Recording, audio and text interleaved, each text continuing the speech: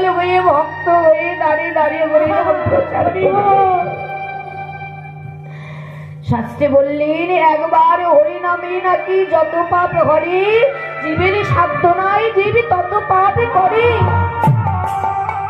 তাহলে আমরা তো বলতে পারি সারা জীবনই তো তোমায় দেখে গেলাম, কই তোমার দেখা তো পেলাম না, কি করে পাবো মা?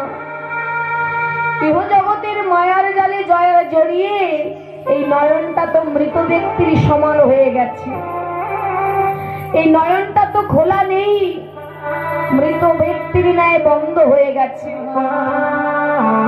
তাই তো ভগবানের কাছে প্রতিদিনই যাই, কিন্তু কোনদিন কেউ বলতে পারবো তার সামনে গিয়ে নিজের জন ভেবে আপন জনকে যেমন জিজ্ঞাসা করি ভালো মন্দ, তার কাছে গিয়ে কখনো বাবা হাত জোর করে বলেছি দয়াময় এই গোটা বিশ্ব ব্রহ্মাণ্ড তো তুমি চালাও প্রভু, না জানি তোমার কত কষ্ট, ও দয়াময় তুমি ভালো আছো তো,